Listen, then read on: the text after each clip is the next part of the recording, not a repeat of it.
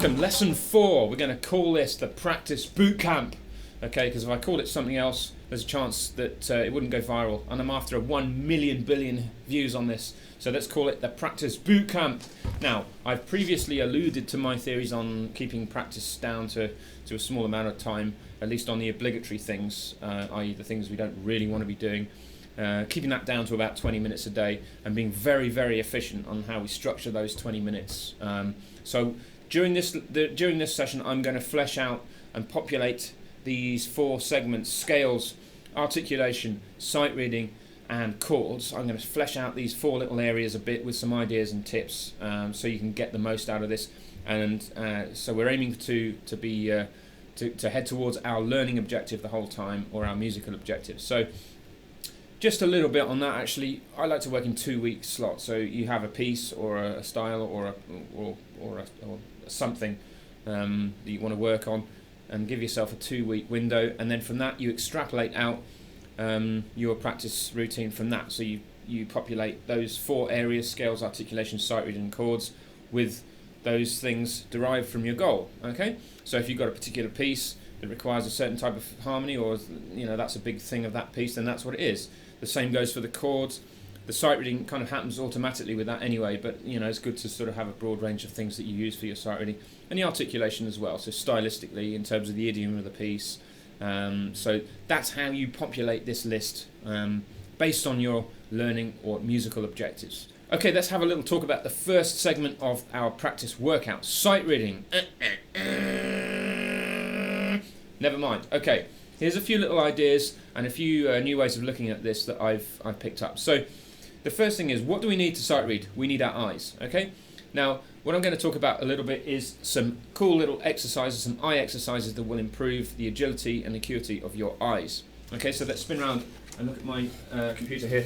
So first, palming. Rub the palms of your hands vigorously together until they're warm, and place them gently over your eyelids. Let the warmth of the palms transfer into your eyes. You can feel the eye muscles relax as your eyes find relief in the darkness. Persist until the heat from your hands has been completely absorbed by the eyes. Repeat 2 or 3 times. Okay, simple. Okay, number 2, blinking.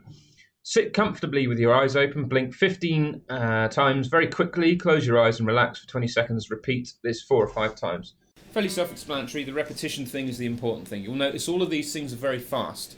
This is why they work specifically well with this way of practicing. Number 3, zooming. An effective exercise for eyes is zooming. As you may have guessed from the name, you make an object zoom for your eyes, so as to shift the focus of your vision. Sit on a chair with your arms outstretched and your thumb up. Now bend your arm gradually and draw it closer to your eyes, thus zooming the thumb in focus. Okay, very simple, very self-explanatory. Okay, and this is also very good because we always change our positions. Okay, and it's a good way of kind of keeping your eye muscles active. Number 4, shifting is about moving and rotating your eyeballs from one direction to the other. Okay, so we're exploring the extremities of our eyes. Okay, so we're going far left to far right, as it were. Okay, and sit with your legs straight. And this is number 5. Sit with your legs straight in front of your body, with the left hand on your left knee. Hold the right fist above the right knee with a straight elbow and thumb pointing upwards. Okay, so as you can read there, what we're going to do is here, we're going to draw a figure of 8 with our eyes, and we're going to keep our head still, and we're going to track through, okay, and follow that exactly, okay? All very quick, all very easy. Should fit this into a 2-minute slot, no problem at all, before we even get onto sight reading. It warms up our eye muscles and also relaxes them as well. So the other big thing about this, which kind of feeds into this in a way, is the way that we're sight reading as well. Now, the best sight readers in the world, they read across, they read horizontally, they don't work out individual notes, and they don't make extra complexity and extra complications for themselves by looking at things vertically. They read across. Now, if we just look at this piece very briefly, this is just a folk standard. It's called Mason's Apron. Okay. Now, these folk standards are absolutely superb for practicing our sight reading. So I suggest getting on Google and just look for 20 best folk reels on jigs, and then you'll just get these really nice kind of, like, register wise, they suit the guitar really nicely as well. Anyway, sight reading. So what we're looking to do here is read across the page. Okay, not individually vertically like this. Okay, Now, ways we can do this, we can chunk things up. So we look at entire groups of 4 or entire groups of 8. Okay, now through repetition and practice, get used to these intervals. Okay, thirds, seconds, fourths, thirds, etc. Thirds. We'll get more and more used to how they appear on the page. So we're chunking up information all the time. We're, rather than seeing 100 different notes here, we're seeing bar by bar. So if I can ever get my tool right on this thing, we're looking at groups of 4s, 8s, and like in this case, maybe even more than 8s. Okay, so we're making less complexity for ourselves. The more we do this, the more familiar we'll get with the intervals and the more success we'll get. This is how the best sight readers sight read. They don't sight read individual notes, working them out based on the stave thing. Look at that little hedgehog thing there, that's quite funny. They work horizontally, as in a nice horizon, hence the word horizontal. Okay, and like I said, really important to use these folk reels and jigs. They're a really good source of information. Also, simple bark counterpoint and bark sort of preludes and that kind of thing. Anything within the guitar register, from your sort of low A and G, below middle C, all the way through to a high C on the second ledger line. Okay, so sight reading. We've got our eye exercises. We're going to train ourselves to read horizontally rather than vertically, and we're always chunking up, and that is to say recognizing larger chunks of notes. Okay, so there's 3 nice little tips for you to be getting going on that. All of this while these things that you're sight reading, or the kind of things that you should be using for your sight reading content, should be appropriate to your learning and musical objectives. Okay, secondly, scales. Let me retrieve my pick from my fretboard like I didn't the other week. So scales, this is a big one. Okay, only practice the scales that are appropriate to your musical objectives in this pod. Okay, if your piece involves a lot of G major, then G major is the harmonic area that you need to be working on. Okay, now extrapolate your own exercises for these things. Okay, if you take your normal G scale, etc., etc., and your G major arpeggios. Now extrapolate your exercises and patterns from the G major scale. So a really good one is string skipping.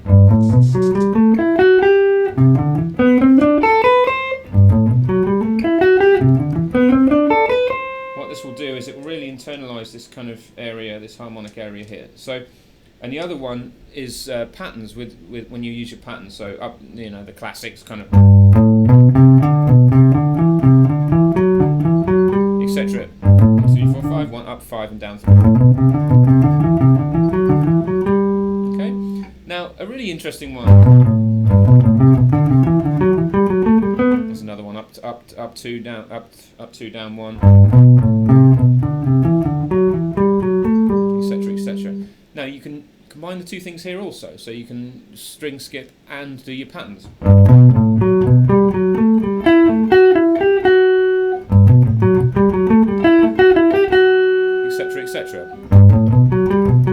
Etc. So you don't need me to particularly demonstrate. This is a nice way. You can do this on whatever speed you're comfortable with. You want to be operating at 99% efficiency. So don't pick a tempo that's above your ability, and don't pick a tempo that's too easy for you. You want to be within 3 or 4% of the maximum capability that you have. That way you're always going to be on the front foot, pushing forward. Okay. Now, as I said, there are other ways that you can utilize this relatively boring thing called a G major scale. Put your accents in different places. That's also a very good way to do. Okay.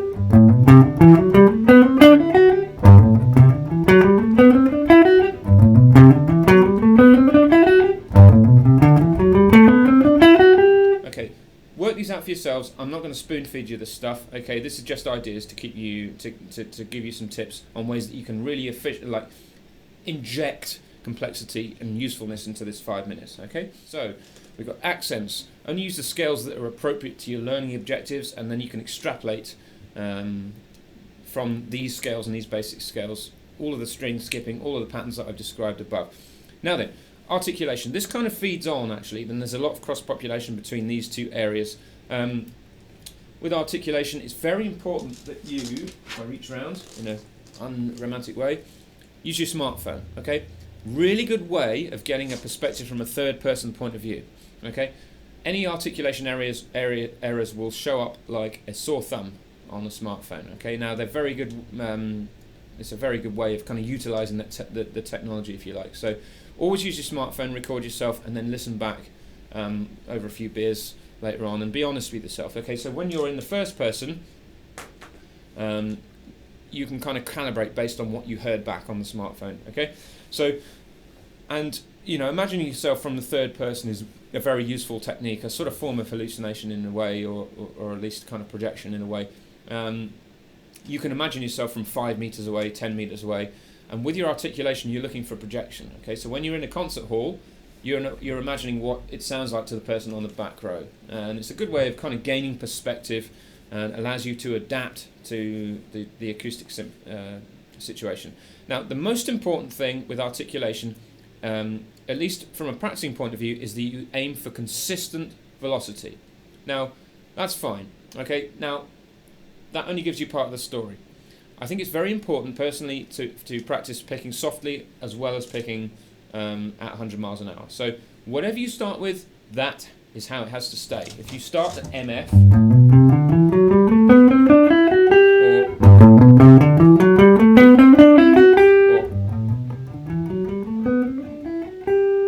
okay, you'll notice even with the soft one, the softer areas are the way you'll get notes that kind of jump out. That's what you're trying to focus on improving. Okay, so articulation. Record yourself always.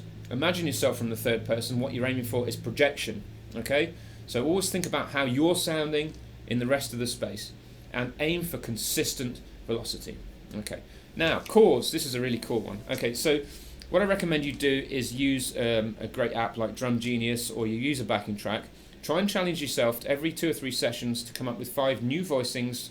Now, a voicing can mean anything more than two notes or more. So a voicing is this.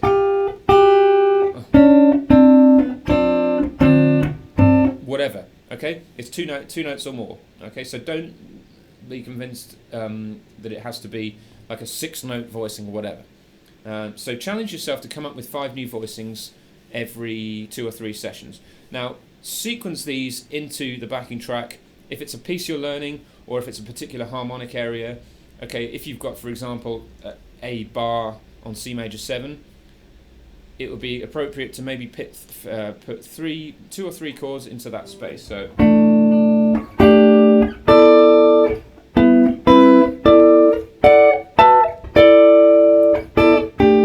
okay, so, and the other little trick is to use your counter melodies as well. When we're comping, what we're kind of doing is composing in real time. Okay, so we're trying to provide nice content that's going to hopefully draw a line through the harmony for the soloist and for the other rhythm section players to interact with. So you'll notice when I play those 3 voicing, you've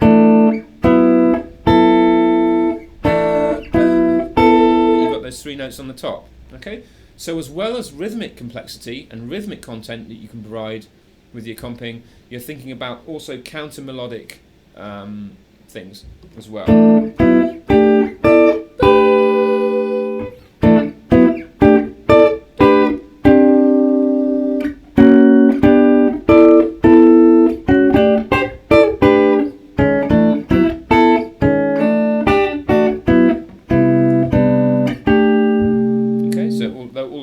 Are over C major 7. Like I said, I'm not going to spoon feed you here.